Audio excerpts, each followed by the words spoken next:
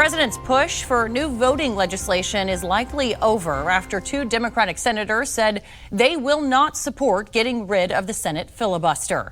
Meantime, New York City is adjusting its elections, allowing people to vote who are not U.S. citizens. Tonight, our fact check team breaks down exactly what's happening in the Big Apple and where else you may see these laws take place. From federal, state, and to local elections, the voting process is under a microscope right now. Recently, New York City taking center stage in this fiery debate over giving non-citizens the ability to vote in local races.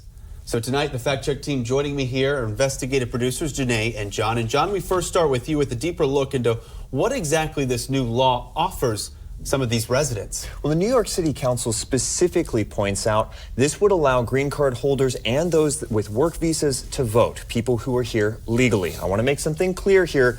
It would not allow anyone illegally living in New York City to vote. Around 1.3 million people in New York City are non-citizens, but that doesn't mean a million new voters. It's closer to 800,000 people who are there legally, which means around 10% of the city's population who couldn't vote before would now be able to. They still have to qualify under other election laws, though, like how long they've lived there, not being registered anywhere else, and also having no felony record. And I do want to give some context here. New York's elections suffer from some pretty bad voter turnout.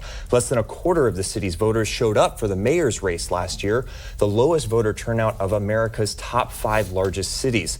So while it qualifies more people, we don't know yet what the impacts will be at the voting booth. And this isn't just in New York. In San Francisco, non-citizens can vote in school board elections. Now, to qualify, you can't be in prison for a felony, and you must be parents, legal guardians, or legal caregivers of children under the age of 19.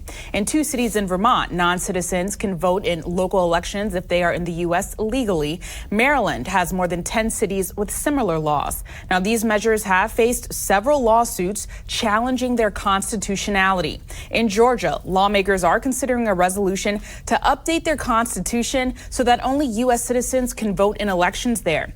Advocates say it'll show that citizenship matters, while opponents say it will scapegoat Georgia's growing immigrant communities. Stay with us. A little later in this show, the fact check team reveals the status of our nation's citizenship backlog and takes a look at states that do not require people to show proof of identification at the voting booth.